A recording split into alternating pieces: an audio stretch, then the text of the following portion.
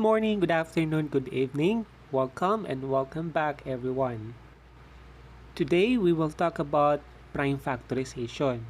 We will express a composite number as a product of prime numbers through prime factorization.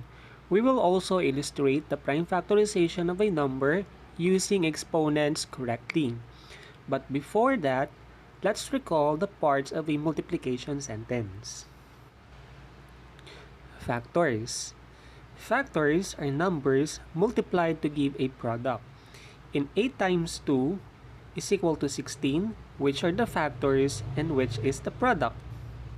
In 8 times 2 is equal to 16, the factors are 8 and 2, and the product is 16. In this number sentence, 8 is the multiplier and 2 is the multiplicand. And 16 is the answer in multiplication, the product. 16 is also a product of 1 times 16, 2 times 8, and 4 times 4. And these numbers are called the factors. We have two sets of examples here. So let's find out the factors of each product. Set A number 1, factors of 5, 1 times 5. Factors of 7, 1 times 7. And factors of 11, 1 times 11. In set B number 1, the factors of 8 are 1 times 8, 2 times 4. In number 2, factors of 12,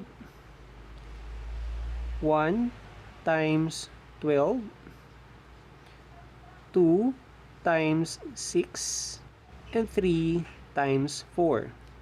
Number 3, factors of 20, 1 times 20, 2 times 10, and 4 times 5. And these are the factors of set A and set B. We enlisted the factors in this form to arrange the factors in ascending order. Prime number is a whole number greater than 1 with only factors 1 and itself. Let's say 5, factors of 5 is 1 times 5. So wala namang ibang factors na pwede nating i-multiply na ang magiging product ay 5 aside sa 1 times 5 or 5 times 1. Another example is 7.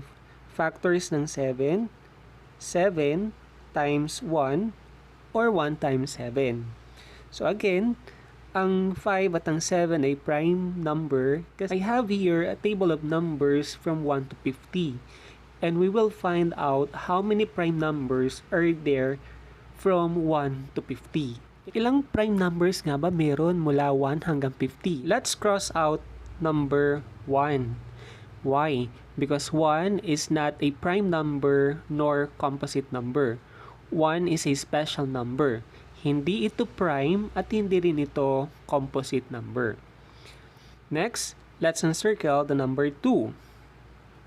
Cross out all multiples of 2. So let's keep counts by 2. So 2, 4, 6, 8, 10, 12, 14, 16, 18, 20, 22, 24, 26, 28, 30, 32, 34, 36, 38, 40, 42, 44, 46, 48, 50.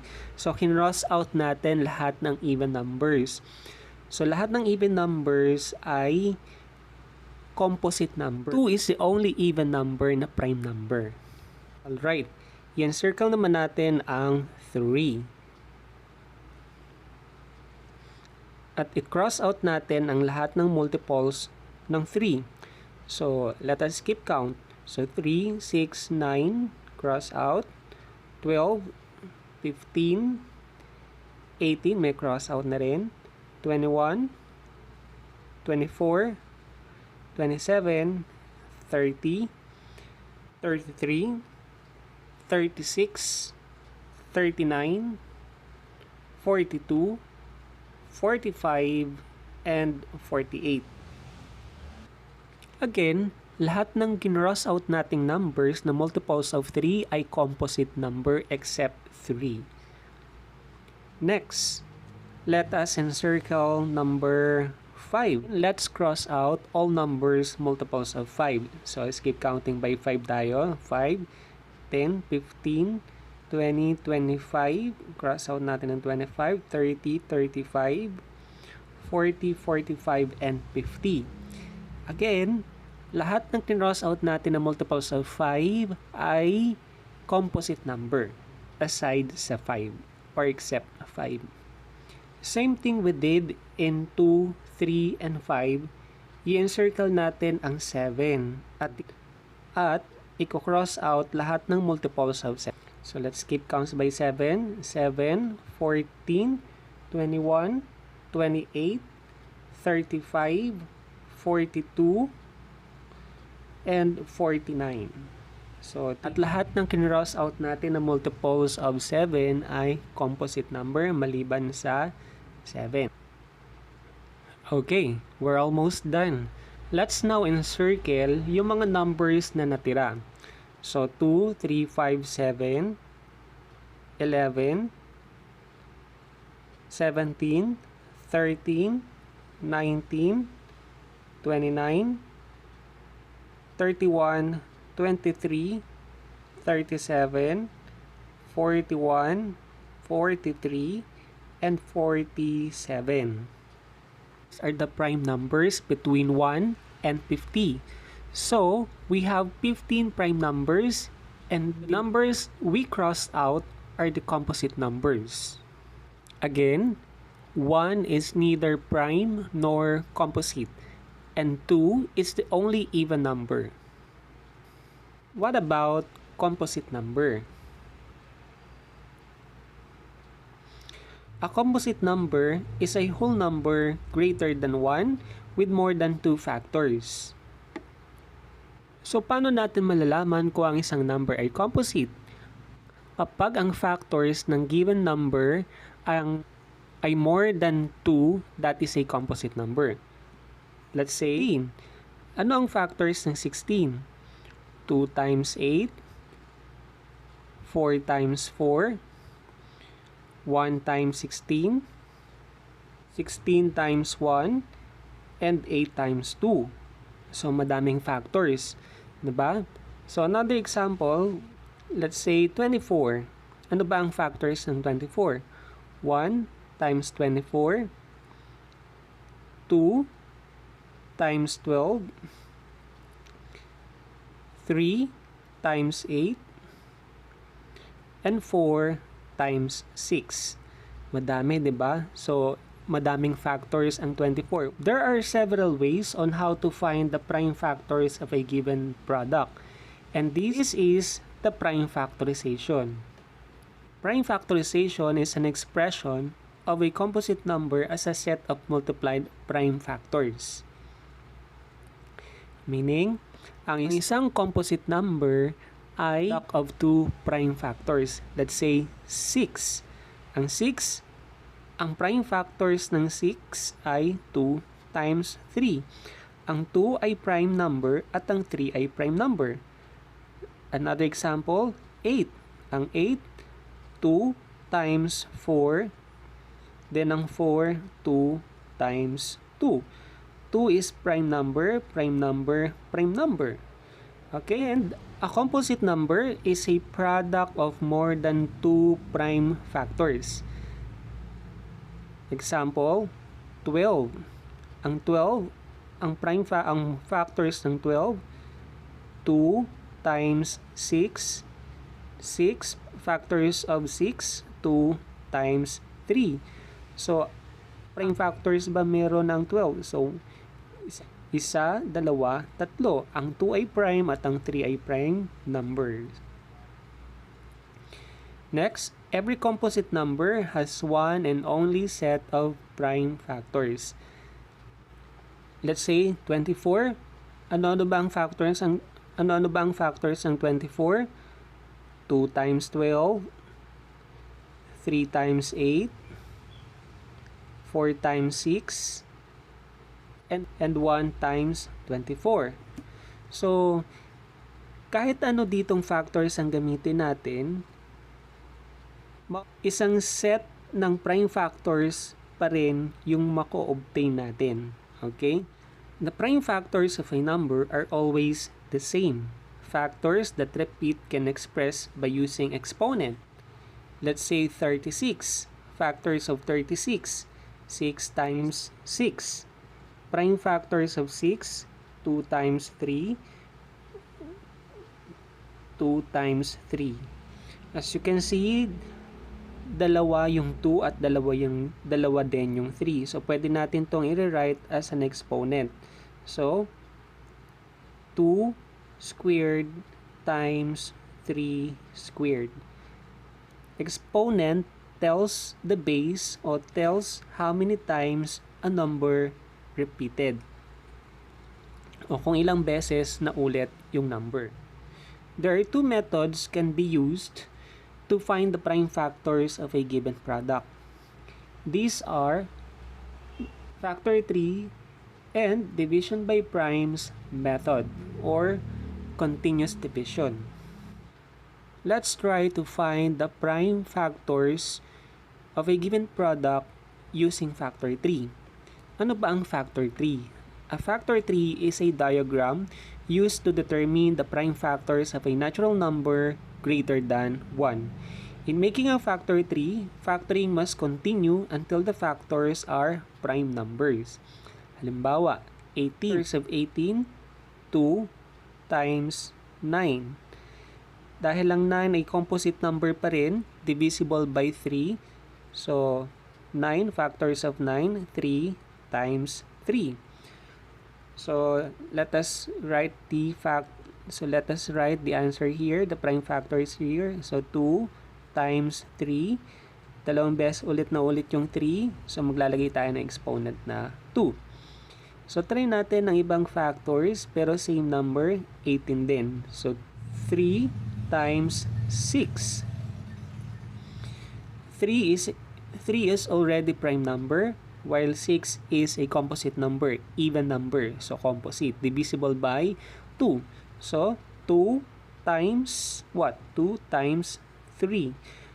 Napansin ninyo, kahit anong factors ang gamitin natin, isang set at isang set pa rin yung ma-obtain natin, yung makukuha nating sagot. Alright? Next, 24. 24 is a product of 2 times 12. 2 is already prime number, but 12 is an even number and can be divided by 12. It can be divided by 2. So, divisible by 2. 2 times 6. At ang 6 ay composite pa rin dahil even number. So, divisible by 2. So, divide natin sa 2. 2 times 3. So, the factors of 24, yung lahat ng prime, 2, 2, 2, 3. So, ilang 2? Isa, dalawa, tatlo. So, kaya magiging exponent natin sa 2 ay tatlo. Tapos, isang 3. Alright? So, try natin ang ibang factors ng 24. 24, factors of 24. 3 times 8. 3 is prime number. 8, composite number dahil even number. Dahil even, so, divide natin by 2. So, factors of 8, 2 times 4. And factors of 4. 4 is even number pa rin. So, 2 times 2. So, ito pa rin yung lahat ng nasa dulo. So, ilang 2? Tatlo. Isang 3 at isang 3. Alright? Again, we will obtain only one set of prime factors no matter what pair of factors is used. Also, we can express the prime factors using the exponents. At yung pinaka-importante, huwag natin kalimutang i-check. Okay, so check natin. So, sa 18, ang factors ng 18, isang 2 at dalawang 3. So, check natin. Dapat ang magiging product nito ay tugma sa given. So, 3 times 3 is equal to 9 and 9 times 2 is equal to 18. So, tama. Next, erase muna natin to. So, tatlong 2. 2 times 2 times 2 times 3. So, 3 times 2, 6. 6 times 2, 12. 12 times 2, 24. So, ibig sabihin, tama yung ating nakuhang sagot. Okay. Again, importante na mag-double check. Another technique is the division by prime or continuous division. A number is reduced by dividing it severally with prime numbers of 18 using this method, the inverted division or continuous division. Inverted division simply because ang symbol na gagamitin natin ay nakabaliktad. Sa halip na isulat natin ang quotient sa taas ng number na dinidivide, ay isulat natin ang quotient sa number sa ibaba ng number na dinidivide natin. So, 18, since ang 18 ay even number, pwede nating hatiin o pwede nating i-divide ang 18 sa 2. So, gagamitin natin. So, 18 divided by 2 is equal to 9. Isulat natin yung quotient sa baba. Yun. So, dahil ang 9 ay divisible by 3, so didivide natin ang 9 by 3. So, 9 divided by 3 is equal to 3. And 3 divided by 3 is equal to 1. So, ang prime factors ay makikita natin sa gilid. Okay. So, i-express pa rin natin ang prime factors using exponent. So, kapag nire-write natin ito, so, isang 2 times ang 3 ay dalawang beses na ulit. So, check natin. So, 3 times 3 is equal to 9 and 9 times 2 is equal to 18. Okay? So, let's find the prime factors of 24 using the continuous division, or since ang 24 ay divisible by 3 and 24 ay product of 3 times 8. So, 24 divided by 3. So, 24 divided by 3 is equal to 8. Since ang 8 ay even number, pwede pang hatiin ba ng 2. Okay, tandaan na, kapag ang isang number ay multiples ng isa pang number, ibig sabihin, ang number na yan ay composite number. Product yun ng set of prime factors. So, 8 divided by 2 is equal to 4. Ang 4 ay even number, so pwede pang hatiin sa 2. Divisible by 2 ang 4. So, 4 divided by 2 is equal to 2. And 2 divided by 2 is equal to 1. Okay. So, ang prime factors ng 24 ay 2 times 2 times 2 times 3. Or, kapag nire-write natin ito, 2, ilang 2? 1, 2, 3. So, ang exponent ay 3 times 3. So, prime factors ng 24 are 2 cube times 3. Okay? So, erase natin. For activity, you're going to find the prime factorization using factor 3 and division by prime. For 48, factor 3. And for 75, division by prime. For more video tutorial, please follow the link below for reference. That's all for today, and see you on my next video.